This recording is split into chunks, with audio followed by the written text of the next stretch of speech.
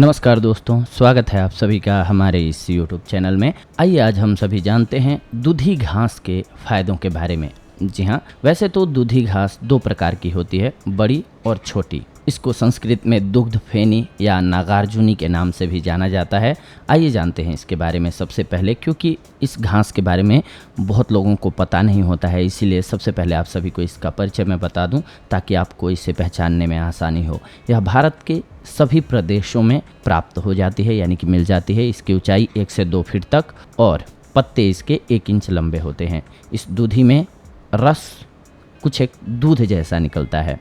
इस पौधे में कुछ छोटे छोटे रस ग्रंथियाँ भी होती हैं। इस दूधी में एक छोटी जाति भी होती है। दोनों के गुण धर्म एक जैसे होते हैं, यानी कि चाहे छोटी दूधी हो या बड़ी, दोनों के गुण जो होते हैं वो समान होते हैं।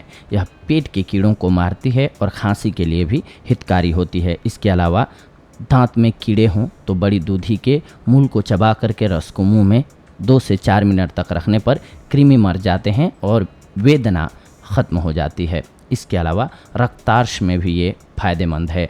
बड़ी दूधी के पानों का रस 1-1 ग्राम मक्खन मिश्री के साथ 4 से 6 दिन तक रोज़ सुबह देते रहने से रक्तस्राव और दाह सहित बवासीर की बीमारी दूर हो जाती है। इसकी मात्रा भी जान लीजिए कि कितनी लेनी होती है, 10 से 20 बूंद, जी हाँ, या फिर सूखा हुआ चूर्ण 2 से 5 रत्ती आप लीजिए। लाभकारी पौधा है ये। आइए जानते हैं इस औषधि के फायदों के बारे में और इसके बारे में कुछ एक और जानकारी। दूधी या दूधिया घास इसे कहते हैं हम सभी। दूधी 2 प्रकार की होती है, छोटी और बड़ी। मैंने जैसे कि आप सभी को स्टार्टिंग में ही बताया, किसी भी दीवार के किनारे खाली बेकार पड़ी जगह नन्हे लालिमा लिए हुए छोटे छोटे पत्तों वाली दूधी नज़र आ ही जाती है। यह यूं ही उग जाती है। बहुत कम पानी की आवश्यकता होती है इसको, और बड़ी दूधी के पत्ते हल्के हरे रंग के होते हैं। यह भी खाली जगह दीवारों के पास या बेकार पड़ी जगह पर दिख जाती है। इसका पौधा और पत्ते छोटी दूधी से थोड़े से बड़े होते हैं। अगर शौच बार बार आ रहा हो या कोलाइटिस की आपको समस्या हो तो दूधी चबानी होती है आपको, या फिर इसका सूखा हुआ पाउडर 1 चम्मच सवेरे शाम आपको लेना होता है। इससे आपको शौच की समस्या से निजात मिल जाती है या कोलाइटिस से। इसके अलावा अगर आप पेचिश से पीड़ित हैं तो ताज़ी दूधी पीस करके ज़रा सी फिटकिरी मिला करके ले लीजिए, आपको पेचिश से निजात मिल जाएगी। नक्सीर आती हो तो सूखी दूधी पीस करके मिश्री मिला करके लें, आपके लिए लाभकारी है। बच्चों के पेट में अगर कीड़े हो गए हैं तो इसका रस 1 से 2 चम्मच देना है आपको। इससे पेट के कीड़े तो मरेंगे ही, शक्ति में भी वृद्धि होगी। आदिवासी ग्रामीणों का तो यहाँ तक मानना है कि दूधी को कान पर लटकाने भर से ही पेट के कीड़े समाप्त हो जाते हैं।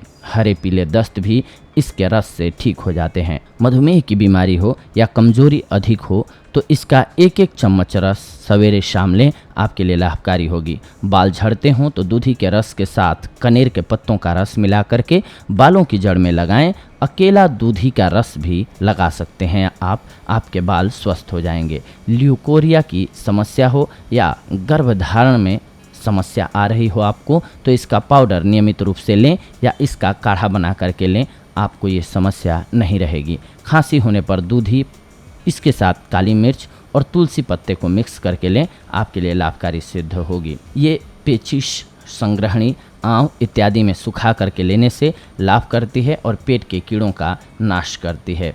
इसके अलावा गांव के बुजुर्गों और वैद्यों का मानना है कि इसके पांचांग, यानी कि दूधी के पांचांग, आप सभी जानते हैं कि फूल, पत्तियां, बीज, छाल और जड़, ये मिलकर के किसी भी पौधे का पांचांग होता है, यानी कि 5 अंग होते हैं उसके।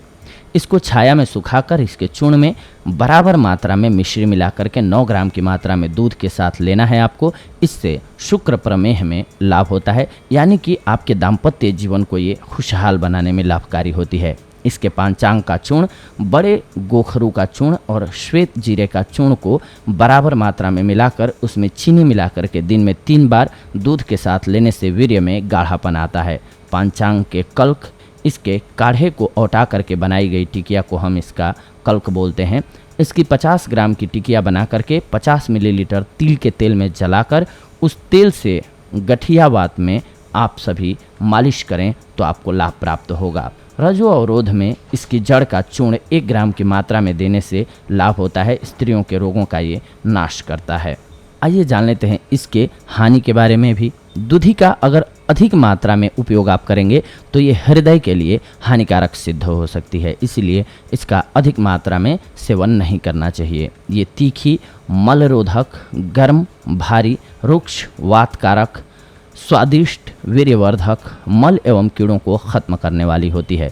दूधी का फूल 1 हाथ ऊंचा और लंबा होता है। छोटी दूधी में सलाई को भिगो करके रतौंधी में यानी कि रात में न दिखाई देने का ये रोग होता है। इसमें आँखों में सलाई को अच्छी प्रकार से फिरा देते हैं। कुछ देर बाद आँखों में बहुत तेज़ दर्द होगा जो 4 घंटे के बाद समाप्त हो जाएगा। ऐसा करने से एक बार में ही रतौंधी का रोग जड़ से चला जाता है। दूधी के पांचांग के रस तथा कनेर के पत्तों के रस को मिला करके सिर के गंजे स्थान पर लगाने से बाल सफ़ेद होना बंद हो जाते हैं तथा गंजापन दूर हो जाता है। 2 ग्राम दूधी की जड़ को पान में रख करके चूसने से हकलेपन के रोग में लाभ मिलता है। छाया में सुखाई हुई दूधी में बराबर मात्रा में सेंगरी मिश्री मिला करके खूब बारीक चूर्ण बना लेते हैं।